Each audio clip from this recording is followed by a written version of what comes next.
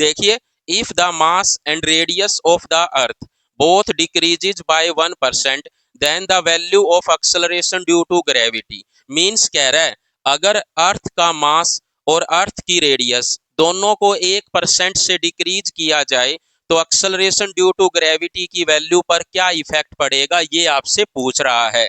Means जी की value पर क्या इफेक्ट पड़ेगा ये बताइए। जी की वैल्यू 1% से बढ़ जाएगी, 1% से घट जाएगी, 2% से डिक्रीज हो जाएगी या सेम रहेगी। इनिशियली हम मान लेते हैं अर्थ का मास कैपिटल एम है और अर्थ की रेडियस कैपिटल आर है, और इस केस में acceleration due to gravity small g के इक्वल है।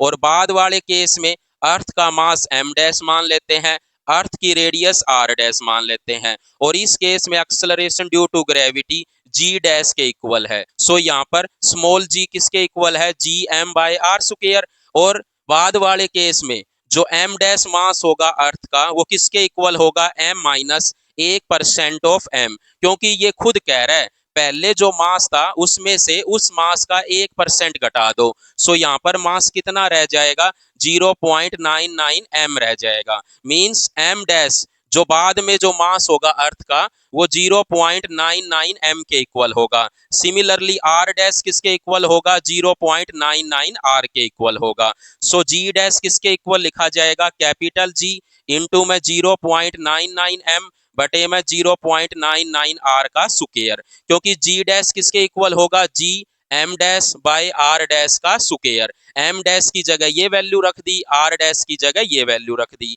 और यहाँ पर 0.99 से 0.99 कट जाएगा और नीचे 0.99 रह जाएगा। इसको हम 100/99 लिख सकते हैं और G M by R square की जगह स्मॉल जी रख सकते हैं। सो यहाँ से हम कह सकते हैं कि जी डैश जी से ज्यादा होगा। Means acceleration due to gravity की वैल्यू इंक्रीज होगी। और हम ऑप्शन को डायरेक्ट भी टिक कर सकते हैं कि ए इसका राइट आंसर होगा, क्योंकि इसी केस में जी की वैल्यू इंक्रीज हो रही है, इन दोनों केस में डिक्रीज हो रही है और इस केस में क्या है, सेम है। सो इसका राइट आंसर क्या होगा, ए होगा। बट कितना परसेंट इंक्रीज होगा ये निकालने के लिए हमें इसको सोल्व करना होगा फाइनल आंसर लग।